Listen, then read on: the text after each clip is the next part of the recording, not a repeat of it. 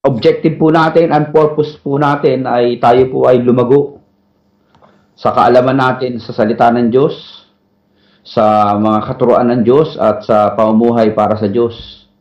So, ano po bang ultimate purpose ng Bible study?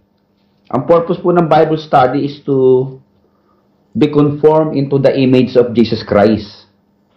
At marami pong tao nag-aaral ng Bible for different purpose, different intention and motives. But ang isang anak ng Diyos, dahil nais niyang mapalapit, nais niyang makilala at nais niyang makatulad ang Panginoon, kaya patuloy niyang pinag-aaralan yung salita ng Diyos na pwede niyang i-apply sa kanyang buhay. Yun po ang objective niya, yun ang gusto niyang mangyari, ang kanyang purpose. Why they decided to study the Bible and continuously searching the Scripture. Natapos po natin yung the Lord's Prayer at ngayon po tayo po'y dadako sa bagong pagtuturuan at ang gagawin po natin ay we will be having a topical study every Wednesday na ito po'y makakatulong sa ating paglagong espiritual. At dahil since ang kausap po natin dito ay mga Kristiyano, I presume and I assume lahat kayo dyan Christian ha. So mag-discuss po tayo ng mga katuruan na ayon sa mga palatuntunan ng buhay Kristiyano. Yung the teachings about Christian living. Yan ang importante, kailangan natin. Ano ba yung buhay Kristiyano? No? Ano Ray, ba't nawawala ka ba sa SoftBank? Nawala, no? Mahina ang din pa rito sa bahay, kaya pasensya na kayo at talagang iba-iba yung ating reception dito sa telepono eh. Sa Skype ba maliwanag ho tayo? Ayan, okay. Nice na, no? Ang topic po natin pag-uusapan ngayon is the doctrines of sanctification. Ano ba yung sanctification? Tayo po'y manalangin. Panginoon, salamat po na kami po'y tinawag ninyo, pinili ninyo, hinirang at pinawalang sala sa magitan ng aming pananampalataya sa bugtong na anak ng Diyos na aming Panginoon tagapagligtas si Jesucristo at sa pamamagitan ng kanyang dugo na siyang tumigil sa krus ng Kalbaryo, kami nalinis sa lahat ng aming kasalanan, kami naligtas sa magitan ng pananampalataya, hindi sa aming gawa, at ito'y biyaya mo lamang, Ama, upang walang sinumang magmalaki. Thank you, Lord, for we are saved and sanctified by the blood of Jesus. We are now able to come before you and learn from you and to really taught by you and to receive teachings from you, God, and we are open spiritually. Our eyes, our ears spiritually is now open to receive your instruction. In Jesus' name we pray. Amen. So ano po ba yung sanctification? Yan, pag nadinig nyo, bagong doktrina yan, sanctification. Ang sabi po sa Hebrew 12:14, follow peace with all men and holiness. Without holiness, no one shall see the Lord. Ito po ang sabi ng Hebrew 12:14 ha.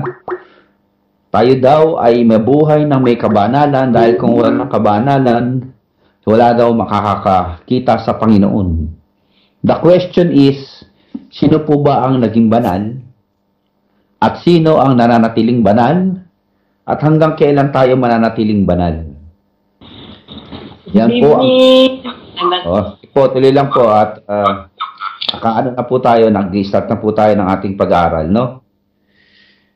Sa nature po ng isang tao, pag tayo po ay ipinanganak, ang isang tao ipinanganak, according to the Bible, na tayo po ay nasa lahi ng unang ama nating si Adan, na ang taong lahat ng ipinanganak sa mundo ay nagkasala, no? At meron tinatawag na original sin. Ngayon, ito pong mga bata na wala pa po sa legal age at sa tinatawag natin age of accountability, wala ho silang magagawa pang sala sa harapan ng Diyos kasi mga baby pa sila eh. Pero pag ang isang bata ay nagkaunawa na ng tama't mali, accountable na siya sa kanilang mga ginagawa. So lahat po ng tao nagkasala, sabi sa Romans 3:22. At ngayon, since tayo nagkasala, hindi tayo makaabot sa standard ni Lord. Ang standard niya is ganun ang level, dapat ganun tayo pumantay. Kaya lang hindi natin masunod ang standard niya dahil lahat ay nagkasala at lahat ay nag-fail natin masunod ang 10 utos. So ano pong ginawa ng Panginoon? Siya po ay nag-devise ng salvation natin by sending His Son. Kaya ang standard po yun, ang term ng salvation ay hindi sa kakayahan ng tao pagpakabanal, kundi siya ay naging banal dahil pamagitan ng kanyang pananalig at pananampalataya sa bugtong na anak ng Diyos na siyang nagbayad ng kanyang kasalanan doon sa krus ng Kalbaryo. So, ang tawag po dyan sa ganyang experience kung mga taong tumatanggap kay Jesus bilang Panginoon at tagapagligtas, ang tawag po dyan ay regeneration.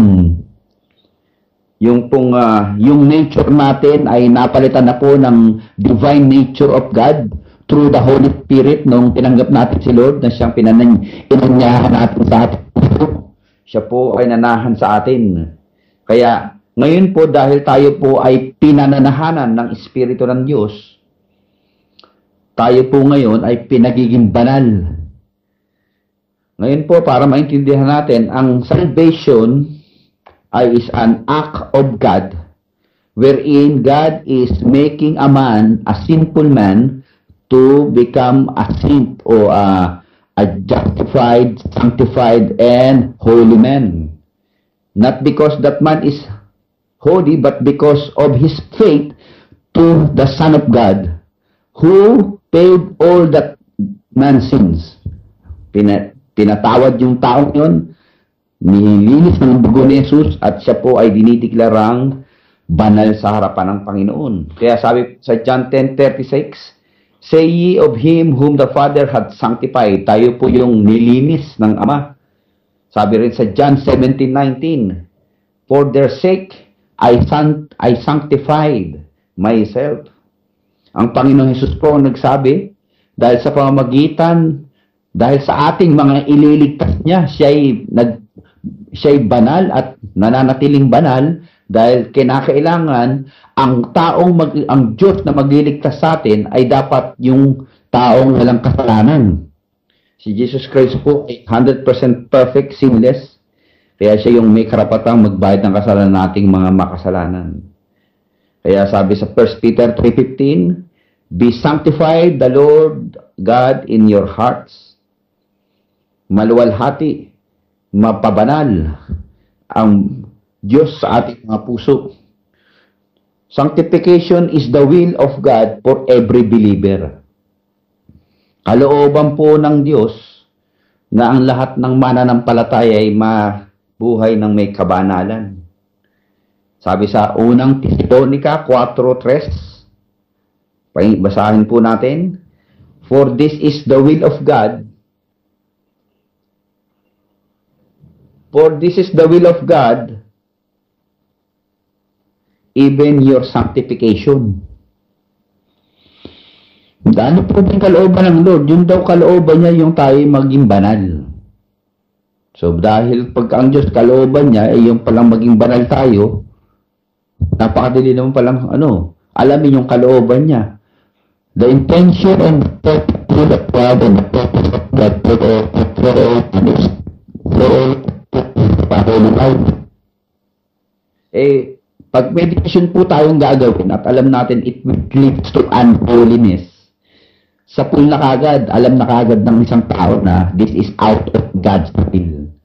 Kaya hindi po nakakalito. Hindi madaling intindihin, hindi mahirap unawain o intindihin dahil simple lang eh. When the moment you see black, it is black. When the moment you see white, it is white. Hindi na po tayo nalilito, hindi na tayo na natatarantat mag-desisyon at alamin. Dahil madali namang alamin. No? The subject of holiness and sanctification is mentioned 1,066 times in the Bible. Ito po yung naituro na po dahil gusto ko lang ulitin naituro na to ni Mother. Pero gusto ko rin ulitin para lahat po tayo ay talagang ma-reinforce. Ha? Ma-reinforce. Ano yung ma-reinforce? Kasi meron tayong sakit eh. Sakit na kalimot eh. At nakakalimutan yung isang topic, tanungin mo, ano yung topic ng sanctification?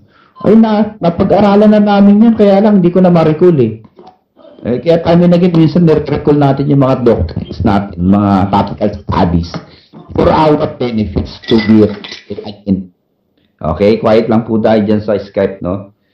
Ano bang ibig sabihin niyan? What is the meaning of sanctification? Is the work of the Holy Spirit. Sanctification and holiness are the same essence. The basic meaning of sanctification is hiniwalay. Hiniwalay. Parang ganito, para madali natin maintindihan. Meron pong isang basket na mga bulok na kamatis. Isang basket yun. Ang ginagawa ng Diyos, hinihiwalay yung mga hindi bulok. Hinihiwalay. So, ganoon din po tayo. We are separated from those who are in darkness and are transferred into His marvelous light, sabi sa 1 Peter. Kaya pa tayo, lahat ay inihiwalay. So, we are sanctified or set apart for a specific or a special purpose or use. Yan ang ibig sabihin ng sanctification. So, kaya ka iniwalay dahil special ka, syempre, iniwalay ka. Pangalawa, may gamit. Kaya kang hiniwalay, may purpose, gagamitin ka, pinili ka eh. Ano pa, bakit ka hinihiwalay? Syempre, importante ka, hiniwalay ka eh. Kaya alam niyo po, kayong mga Kristiyano na naihiwalay sa kadiliman at ngayon nasa iliwanag na. What a privileged life we have right now. Ha? Napakagandang buhay yan. Sa dami-dami ng tao rito sa mundo, ikaw pa yung na-sanctified at pinili ng Diyos na maihiwalay karamihan. Psalms 4:3. Ano sabi sa awit 4:3? But know that the Lord has set apart him that is godly for himself. Para kanino daw? Ba't ka hiniwalay? Para sa kanya. Galing, no? Para ikaw daw ay mapasa kanya. Dahil siya ang pumili at naghiwalay, siya ngayon ang iyong siya ngayon nagmimay-ari sa iyo. Siya yung Lord, siya yung Master, siya rin yung iyong Savior. Believers have been set apart by God for the Lord to use as desire. Kaya pagka tayo po ay pumili ng gamit natin para pagpapagod natin, dahil ito ay special sa atin, gagamitin natin yung damit, susuot natin. Kaya tayo po, bilang mga anak ng Diyos na set apart, sanctified, separated, ang meaning po niyan ay fourfold. Number 1 is, we are set apart by God. We are set apart for God. We are set apart from sin. We are set apart unto holy life. Yan po ang ibig sabihin ng sanctification. Inihiwalay ng Diyos, inihiwalay para sa Diyos, at inihiwalay mula sa kasalanan, at inihiwalay para sa kabanalan. So, tignan nyo, kung titignan nyo, inaalis ka at nailalapit ka sa kabanalan. Nung inalis ka, nalayo ka sa masama. Inilayo ka na sa dilim. Yan ang ating tinatawag na spiritual position before God. We are set apart. Wow, ang ganda naman pala ng identity mo, brother, sister. Grabe. Dami-daming pipiliin dito, tayo pa, no? Na set apart, na sanctified. 2 Timothy 2:21.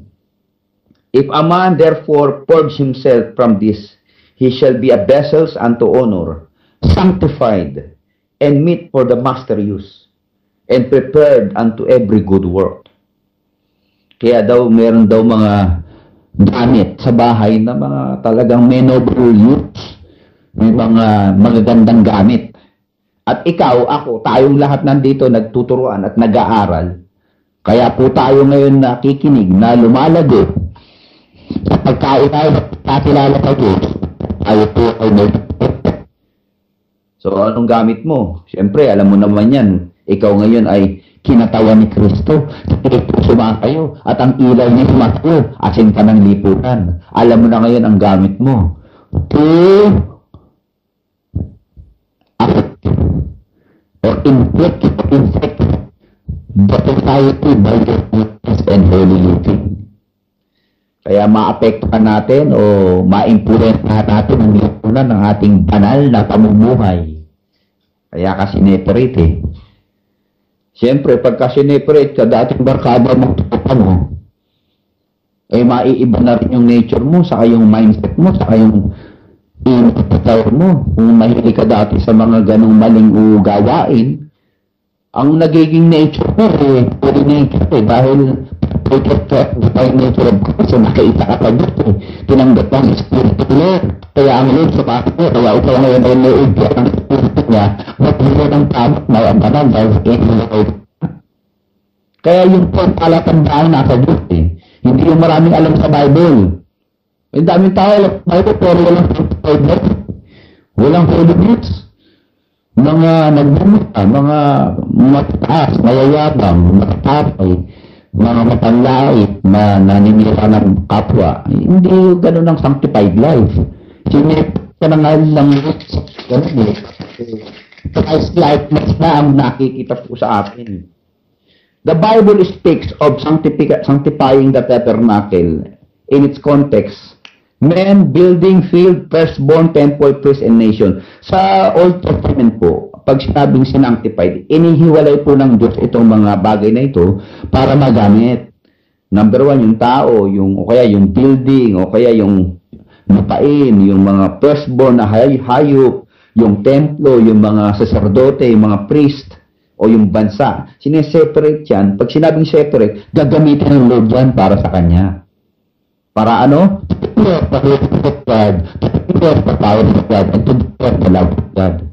Yung tatlong yun, kaya gagamitin ng mga bagay na to. Siyempre ngayon, dahil New Testament covenant believer tayo, the Bible is what the temple of the Holy sumataas ang Diyos. Kaya i-separate mo tayo sa mundong ibabaw, hindi naman ang tinanggal tayo rito. We are in this world, we are not for this world. Iba ho yun ha. Tayo na kundi, tayo taga-mundo. Siyempre, namamalengke ka dyan, mapapasok mo, mapasok ka sa kaisya mo, sa trabaho mo. Mga taong nandyan sa paligid mo ay hindi pa. Bakit? Wala pa sa kanila ang Espiritu ng Diyos. Hindi sila tumanggap sa Panginoon, hindi pa sila separated from the Lord. Kaya tayo po, bilang mananampalataya, ang ating separation, yung meaning of our separation, separation from evil, in Chronicles 25, and separation unto God, Leviticus 27:16. Lasa masama at inhiwalay para sa Diyos. Kaya kita nyo ha, double purpose po ito. Ikaw ay nalayo sa masama at ikaw ay nalapit sa Diyos. So may direction yung ano mo, yung movement mo. Kaya ang lahat ng Kristiyano may direction ng buhay. Ang movement niyan upward. Ang movement niyan progress. Ang movement niyan leading into holiness. Merong pag-angat, merong tinatawag na level up. Siyempre, nung araw, wala pa tayong alam sa Bible. Hindi pa natin nababasa yung mga katuruan ng Panginoong Hesus, kung ano ba yung mga prinsipyo ng kabanalan, kabutihan, pakikitungo sa kapwa. Ngayon, siyempre, nag-aaral tayo ng Bible. Kaya, the more we understand how to live the principle of Christian life. Pwede pa siguro, yung mga walang alam sa Bible, hindi nila alam yung ginagawa nila kaya sa tingin nila, yung kanilang mga maling ginagawa, justified. Ngayon, nalalaman na natin, mga issue ng humility, mga teaching teaching about understanding people, loving people. Ang dayahan po lahat, nasa Bible yan. Kaya pagka ang taong sanctified by the Holy Spirit at patuloy nagsasaliksik, nag-aaral ng Biblia, siyempre, pag binabasa mo holy, ano ka magiging ano ka? Holy. Kasi nga, ito ang principle, you are holy. O magbasa ka na malalaswang mababasahin, yung mga magiging ano ka, di malaswa rin. O magbasa ka ng Holy Bible, Holy Scripture, anong tama nun? Holiness.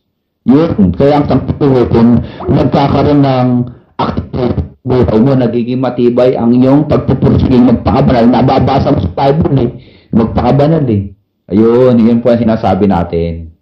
Mga minamahal, ang ibig sabihin, ang sanctification sa ito po'y proseso ng pagiging banal. Kaya nga merong tinatawag na look up, yung tinatawag nating from glory to glory, being transformed into the likeness of Christ. Kaya ang iba po, ang tawag sa kanila baby Christian, siyempre, kababong agad pa lang, katatanggap pa lang kay Lord last week Hindi naman natin kaagad maaasahan maging parang kaagad dito. Kaya nga ini-example ko, yung mga isang sa nanabot again last year lang, 49 years old na siya ngayon. May 48 years old na born again siya, 1 year old pa lang Christian. Nag-ipat siya mag-chismit, grade 6, 12 years old siya. O 13 years old. 43 na pala siya. Naborn again how many years yun? 30 years siya puro puro chismisan. Puro chismis, ay tak na yung chismis ano nangyari? Naborn again 1 year ago. Makikita natin kaagad yun sa loob 30 years niyang nakakanayang manismis, matatanggal ba kaagad yun? Siyempre, hindi naman kaagad yun. Kailangan dapat turuan siya. Matuto siya ng Word of God, mag-aral, manalangin. At hanggang siya lumalalim sa halagang hindi po niya nare-realize na yung life ng chismis ay hindi pala tututil. Yun, dahan-dahan mababago. Dahil nakondisyon ng 30 years yung utak nun Ganun ang buhay niya. Siyempre, di mo na kaagad mababago agad kung naintindihan po ba? Yun yung sabi natin na do not expect the people to act like a mature until the one. Kasi nakaka-prostrate pagka ang taas agad na expectation natin dun sa mga baby Christian, nagdumabit pa sa proseso ng kadanalag man. Pag muna natin pagmamakit, ay pwede. Kapapanganak niya kahit pati ko ng gatas na gatas naman, kinabukasan baby pa rin yan kailangan may proseso badaan sa mga practice unto holiness to God. Huwag ko tayong mapapit na ano ba naman to pastor, tagal-tagal ito nagba-Bible, kulit-kulit pa rin. Itong tagal-tagal, parang natin talaga natanggap yan. Ito, previous ko lang Tagal na natin, baby ko siya yan Ang medyo mabigat, tanggapin yung 30 years ng Christian, chismos pa rin. Yun, mabigat yun. Kaya yun talagang discipline na yun, talagang rebuke para magpintang at magising na sa katotohanan. Tagal na tutulog ang spiritu. Parang walang hayaang Espiritu Santo sa buhay niya. Bakit nga makakagalaw ang Espiritu Santo? Sinasupit ang Spirit, ayaw sundin yung kalooban ng kalooban pinasunod. Alam niyo po, bilang Kristiyano, meron tayong tinatawag na free will. Kaya ang sanctification parte ang pagkalikasan natin. Pero ang sanctification, may parte tayo dyan. Pag binago tayo ng Diyos, kaya yun. Pero binigyan mo tayo ng free will para ang ating pagbabago ay nakasalalay sa ating mga buhay. We keep it as sanctified life ahead of us. Kahit ang mga Kristiyano ko na, pero pinipilit at desisyon na mag-ibig ka mali, yun ang natin, yun ang magiging ikaw na ang natupit na namamali ka. Kaya nyo baguhan tao, sa totoo lang, isang pitik lang, pwedeng pagkakas na ulit na, pero hindi normally, ganun ang padalasang pamaraan niya para babago tayo. Binigay niya ang Biblia, binigay niya itong mga nagpapusok, binigay niya ang konsento ng pusok, binigay niya ang mga pangaral, Parang itang Kristiyano, mag-decision para sa kanya, para mag-upit na linya. So, ito natin, God can and able to change man miraculously or magically, but God does not normally do that such thing because He's given us free will for us to choose to obey Him or obey Him. Kasi nga, hindi puritan ang ang Kristyanismo eh. Hindi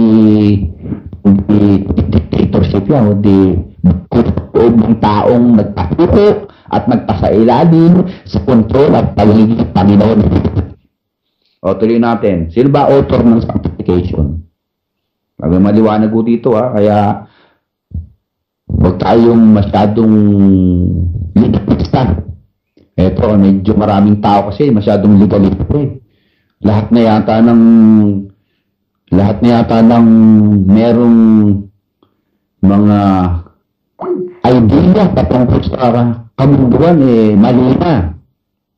Meron ako naka-encounter sabing ganyan ang panonood ng sino ay kasalanan.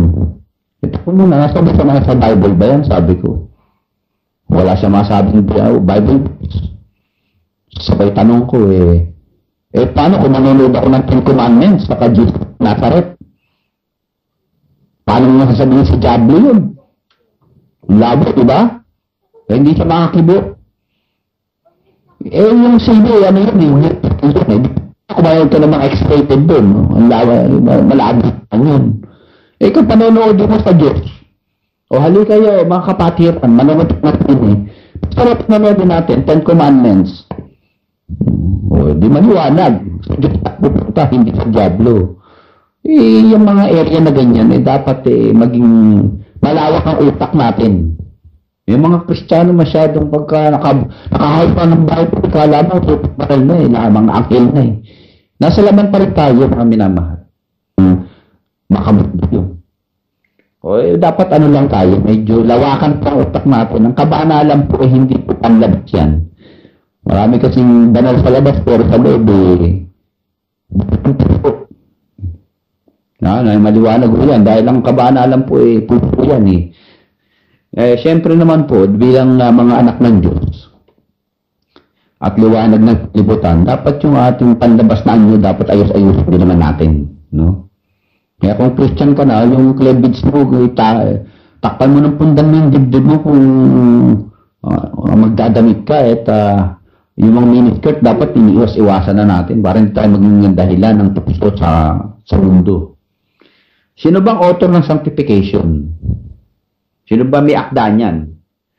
Ang Diyos Ama po, sabi sa unang Thessalonians 5:23-24, and the very God of peace sanctified you wholly. And I pray, God, that your whole spirit, soul, and body be preserved blameless unto the coming of our Lord Jesus Christ. Ang nagsasanctify daw ng kabuuan natin, katawan, spirito at kaluluwa, ang Diyos Ama. Siya yung merong diskarte niyan. Siya yung merong nag-isip niyan. Ngayon, sama po ang Diyos Ama, Diyos Anak, Espiritu Santo. Ephesians 5:26. Kaya sinisitas po natin to para meron kayong biblical support concerning sanctification. Ephesians 5:26. That He, Jesus Christ, might sanctify and cleanse the church. In the church, tayo mga anak ng Diyos, mga hinirang, of which believers are a part, with the washing of water by the word. Kaya si Jesus Christ po ay nilinis at pinapanatiling malinis ang simbahan o ang iglesia o ang church. Pag sinabing church po sa Bible is the set apart, the called out ones. Yung mga hinirang, yung mga separate na tao para sa Kanya. Ibig sabihin nun, the ecclesia, the church of Christ. Mga hinirang ng Diyos para sa Kanya. Mga set apart or called out. Ang Panginoong Jesucristo po ang nagsasanctify din sa atin. At trabaho din po ito ng Espiritu Santo sa Thessalonica 2:13. Because God has from the beginning chosen you to salvation through sanctification of the Spirit. Tignan nyo mabuti From the beginning, kailan daw? In the beginning or from the beginning. Pinili tayo para sa kaligtasan sa pamamagitan ng pagpapabanal sa Espiritu Santo. So God the Father, God the Son, the Holy Spirit is the author of our sanctification. Hindi sa atin galing sa Diyos. Kaya yung kabanalan mo, sa Diyos galing. Kaya ka ngayon marunong sumunod sa Diyos dahil ang Espiritu ay nanahan sa'yo. Bakit ka ngayon nagmamahal sa Diyos at buhay ng malinis? Dahil ang Espiritu ni Jesus sumasayo. So, it is about God, it is for God, it is with God, it is of God. Everything is from God. So, ngayon, dahil ikaw ay sanctified na, binibigay po sa atin ng Diyos yung responsibilidad. Anong sabi ron sa Bible? That you should work out your salvation with fear and trembling. Anong ibig sabihin nun, Pastor? I-work out daw. Yung work out, para kang pamilya sa mga nag-gym yan. Yung mahilig mag-gym. Mga malaki muscles. Meron ka ng muscle, kaya lang nung nagpunta ka sa gym, sabi ng gym instructor, anong gusto mong mangyari dyan sa muscle mo? Brad, sir, ang liit ng muscle ko. Kailangan ko mag-work out para maging maging malaki, maging matibay, maging matatag yung muscle. So, ganun din po. Pag sinabing work out your salvation, meron ka ng salvation work out mo na lang. Bakit? Anong trabaho ng working out? Pinapatibay, pinapatatag, pinapalaki. Yun ang ibig sabihin ng workout. Kaya sabi sa Bible, work out your salvation with fear and trembling. Ang maraming tao kasi nagwo-work for salvation. Pinagtatrabahuan nila yung kaligtasan nila. Hindi ganun yun. Marami ho kasi taon-taon nagpapalo ng likod. Pupunta ron sa malayo. Bubuhatin yung mga krus na malalaki. Pagdating dun sa kanilang point of crucifixion, papako yung sarili dun. O ngayon, bakit daw sila nagpapapako? Magbabawas daw ng kasalanan. Sino ngayon nagbabawas? Ang Diyos o ikaw? O di ikaw, kaya ikaw nagpapapako dun Tapos pagkatapos nun, bubunutin dun yung pako. Lalagyan ng mertiolet. Balik na naman sa inuman. Paano work for salvation yun, hindi work out? O, basahin ko po sa inyo Pilipos 2:2. Therefore, dear friends, as you have always obeyed, past tense not only in my presence, sabi ni Apostol Pablo, but now, much more in my absence, continue to work out. Ayun, ang liwanag. Basahin nyo sa Bible, Pilipos 2:12. Philippians 2:12. Continue. Pag sinabing continue, ituloy. Iba ay magpatuloy. Kasi nga yung Kristyanismo parang riding the bicycle yan The moment you stop pedaling, you drop. Mahirap yun Kailangan tuloy-tuloy. Continue. Continue to work out. Yung alin? Your salvation with fear and trembling. Ayun. Pag sinabing fear, meron pang mapitagang takot. Yung bang may respeto tayo dun sa nakatingin sa atin. Hallelujah. Kaya nga pag yung statue nyo, yung boss nyo sa trabaho, nakatingin, seryoso ka dun sa tinatrabaho mo. Si Lord, 24 hours nakatingin sa atin. Kaya dapat ang pagtatrabaho ng kaligtasan o pagpapalakas ng ating kaligtasan, wino-work out natin yung ating kaligtasan. Hindi wino-work for, iba yung salitang work for. Pag sinabing work for, tinatrabaho mo para maligtas ka. Iba naman yung work out. Pag isang workout, ligtas ka na. Kaya, ina-practice mo na lang para maging matibay at maging matatag. Yan ang ibig sabihin yan. So, maliwanag po, ang sanctification is working out our salvation. Kasi saved ka na eh. Pinapamuhay mo na lang yan. Pinapalakas mo yung faith mo, pinapatatag mo. Sinusunod mo yung Bible. Sinusunod mo yung mga natutunan mo sa Bible study. Kasi sabi ni Jesus Christ para daw tayong mangmang. Yung alin? Yung mga taong nakarinig ng word niya, pero hindi naman ipinamuhay. Katulad daw tayo dun sa taong nagtayo ng bahay sa ibabaw ng buhangin. Dadating yung ulan, bagyo, sa baha. Bagsak yung bahay. Sino man ba naman matalinong tao magtatayo ng bahay mo sa buhangin? O ganun daw inahilin tulad ni Jesus Christ. Yung alin? Yung mga taong nakikinig ng word of God, hindi naman pinamumuhay. Kulang sa gawa, maraming tao eh. Ang daming Bible study na naatinan eh. Pero walang application.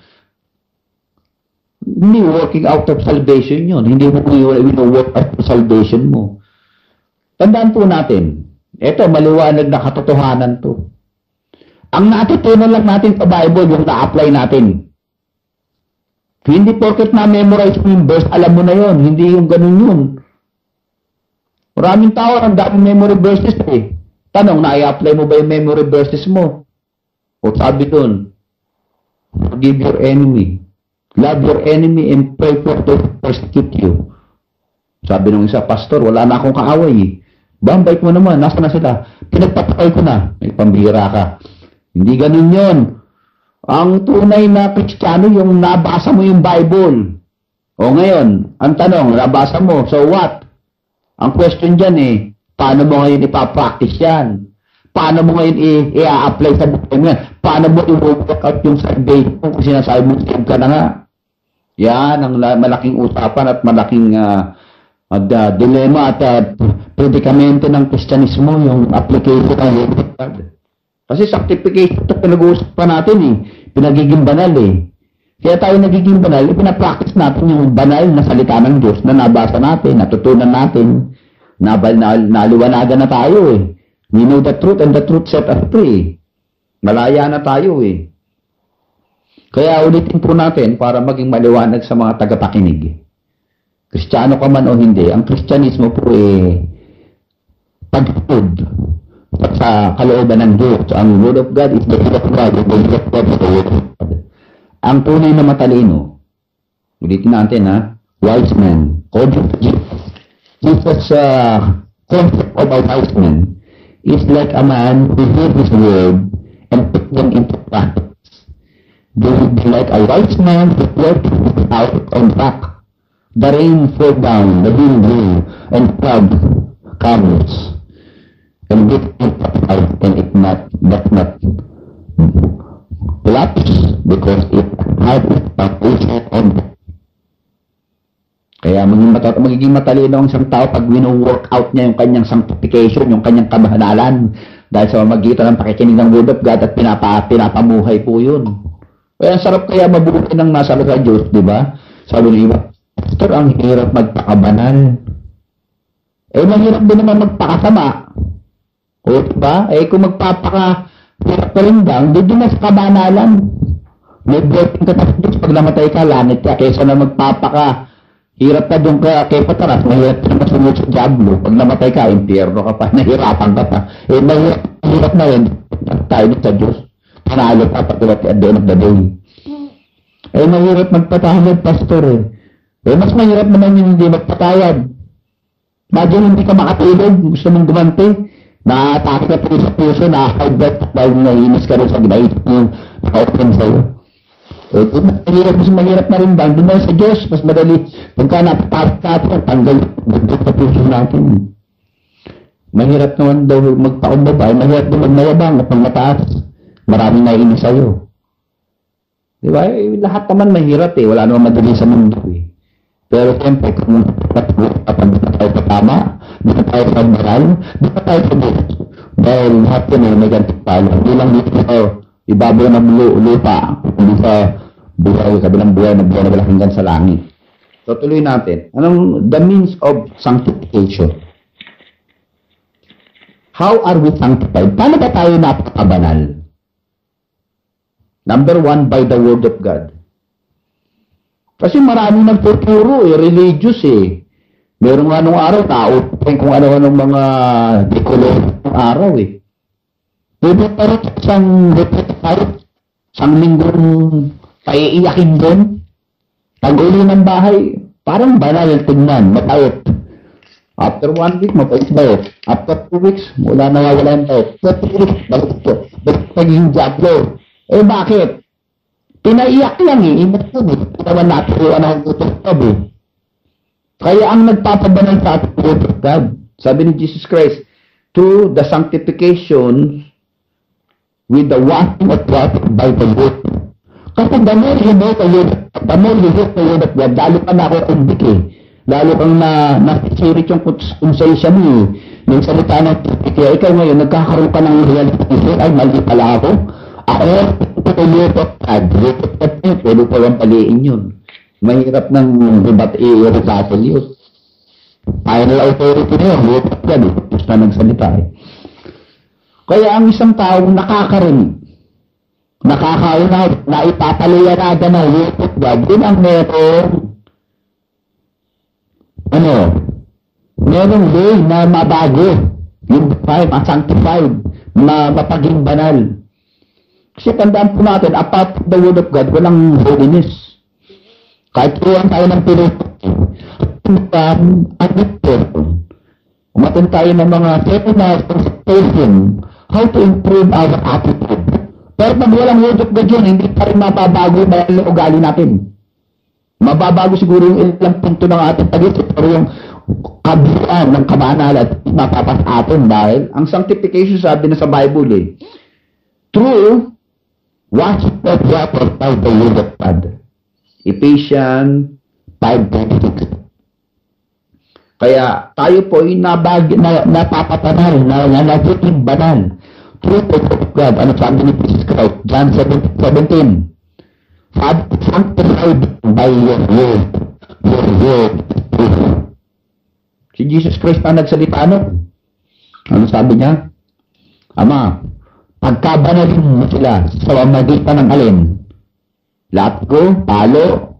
Hindi. Sa pamamagitan ng iyong salita dahil ang iyong ay totoo.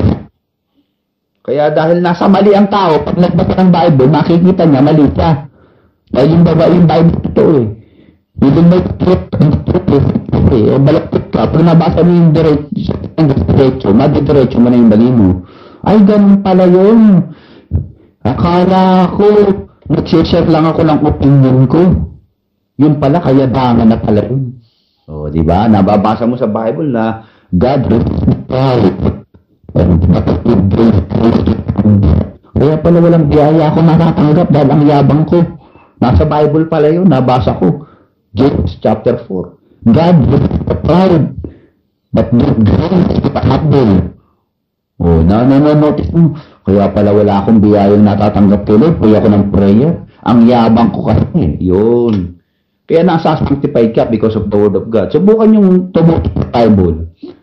Oh. Kaya nga, sabi ko kanina, what you are, what you read, you are what you read. Magbasa ka ng malalaswa, nagiging malaswa utak mo. Magbasa ka ng nakakatakot, nagiging matatakot ka. Magbasa ka ng nakakagutom na, lagi ka nagugutom. Magbasa ka ng may kabanalan at puro kabanalan, ang nangiging ikaw? Holiness. Word of God is only word. Ano pong pangatlo? To be sanctified, spend much time with the Word of God. Ayun. It purifies and cleanses us. It is the Word that reveals sin. Kaya nga, pag nagbabasa isang tao ng Word of God, sabi niya, aray! Aray ko! Ano yung aray? Aray, ang sakit naman. Tinatamaan pala pag nababasa yung Word of God. Nare-reflect yung sarili, nami-mirror out yung sarili na, ako yun aray ko, aray. Kaya tamaan sa langit, bato-bato, sa langit, tamaan, dapat lang. Kaya ngayon, pastor, pag nag-sermon, sermon nga ang tawag, sinisermonan tayo. O yan, may sermon na naman. O, pag may sermon, pag medyo masakit ang dating, ibig sabihin, kinakausap ka na ng Lord doon sa mali mo. Ibig sabihin, sabi ng Lord, o, naririnig mo na ang salita ko, panahon na para i-apply mo yung narinig mo at natutunan mo. Ayun. Kaya puro alam mo, parang gamot nga yung sinasabi natin yan, Word of God, like a medicine, Wala naman kasing medicine na matamis-tamis. Karamihan ng mga epektibong medisina, yung mapait-pait at maalat-alat at mapakla-paklay. Diba? Pagka nakain mo, nakong pait nito, pero pag yun ay tinanggap natin, gumagaling yung ating sakit. People are spiritually sick. They need spiritual medicine, which is the Word of God. Pag kinarga natin yan sa puso't isip natin, sakit doon, aray ko. Pero sabi mo, Lord, okay lang. Dapat lang talaga, tabahan ako nito. Pero pag dating naman ito, kabubuti ko, praise the Lord. Magaganda buhay ko. Yun, gagandang yung pagkatao, ugali at pakikitungo sa iba. Lalong maraming magmamahal sa iyo dahil natututunan mo mag-humble, nawawala yung yabang mo. Maraming magmamahal sa iyo na dahil matuto ka ng magpatawad, matuto ka ng umanawa, lumawak na isip mo dahil nagiging katulad ka na ni Jesus, Panginoong Jesus. Because Christ likeness. Wow, praise the Lord. Yan ang tinatawag nating victory, right? Life with sanctification. Life with sanctity is a victory. It's a life of victory. It is the Word of God that reveals sins. Sa New Testament po, there are 21 list of sins with a total of 202 sins in which 103 are different. Marami daw mention na kasalanan sa Biblia. At alam na natin yung 7 deadly sins. Pero maraming mga, pag sinabing sins kasi, napag-aralan natin dati yan yung missing the mark or transgressing time. Minsan yung merong goal ang Diyos, pero hindi natin ma-reach Kaya tayo ay bilang mga anak ng Diyos, pag nagbabasa ng Bible, kaya ini-encourage natin Bible reading, yung quiet time, yung early morning devotion, reading the Word of God, para ma-reflection natin yung ating sarili, yung ating kaluluwa, na saan ba tayo dapat umayos at ano ba tayo sa buhay natin. Hindi yung minsan nga, Bible study ko, mayroon pang nagkakalabitan Naku, dapat kay sister to, itong purong ito, sayang wala ka dito. Actually, yung mga salitang yun, sila dapat talaga sa kanila yung mga nagkakalabitan na yun Kaya ang tunay na salita ng Diyos na tinatanggap ng tunay na Kristiyano, yan ang nagpapabanal sa kanila. Pangalawa po, yung mga paraan kung paano tayo napapabanal. First, the Word of God. Second is the blood of Jesus Christ. Hebrews 12. Wherefore, Jesus also, that he might sanctify the people with his own blood, suffered without the gate. Sabi sa Hebrew 13, pinawalang sala, nilinis ang mga tao ng Diyos sa pamamagitan ng banal na dugo ng kanyang bugtong na anak. The Word of God, pag binabasa natin, reveals our sins. The blood of Jesus Christ cleanses us from all of our sins. Since yung kanyang dugo ay dumanak once and for all, kaya the moment ang isang Kristiyano ay tumanggap kay Kristo, tagos po yung kapatawaran ng dugo niya para sa iyo, kung sino ka mang tumanggap sa kanya. Kaya lahat ng sala mo, nakarayaan, ang tatulog at darating tayo, sagot na ng Diyos yun. It purifies and cleanses. Kaya ang result po niyan, Word of God and the blood of Christ, sanctification. Yung pangatlo, paano tayo napapabanal? Ito medyo matindi ito, medyo mabigat. Ginagamit ho rin ng Lord to para mapabanal tayo. Ano yun? Yung Bible kayo, punta tayo sa Hebrew 12. Hebreo 12. 10 hanggang 11. Ito ang sabi.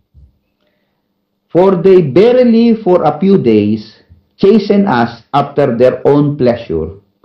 But he for our that we might be partaker of his holiness.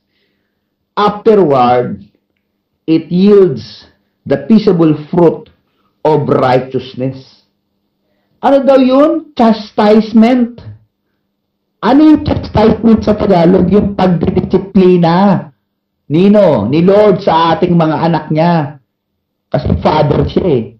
Kaya dinidisiplina niya yung kanyang mga anak. Basahin niyo po sa yung buong talata.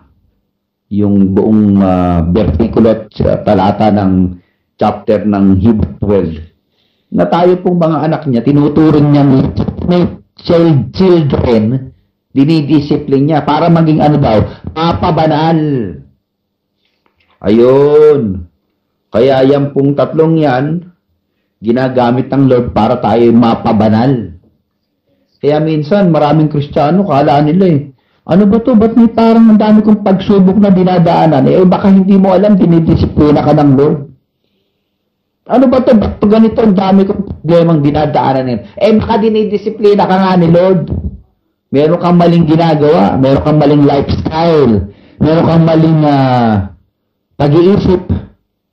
At meron kang maling mga palapit na dapat mong ayusin. Kaya wag ho tayong magtatapos kay Lord. Bakit tumanggap tayo kay Lord? Parang ang bigat ng buhay. Ang daming problema we might be under the Almighty love ever. Hindi naman masama tayong tinaat ng Ama dahil mahal na tayo. Hindi naman siya killjoy. Kasi nga sabi niya nga, tinuturin niyang anak, ay dinidisiplina niya. Magkaroon tayo ng self-evaluation. Am I undergoing kind of trials or suffering? Meron pala ang inaayos si Lord dahil masyado akong mayabang. Kaya pala ako napapagalitan.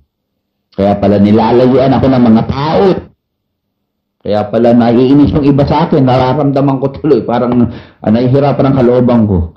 Napakayabang ko pala. Pagdating sa usapan, napaka-opinionated ko.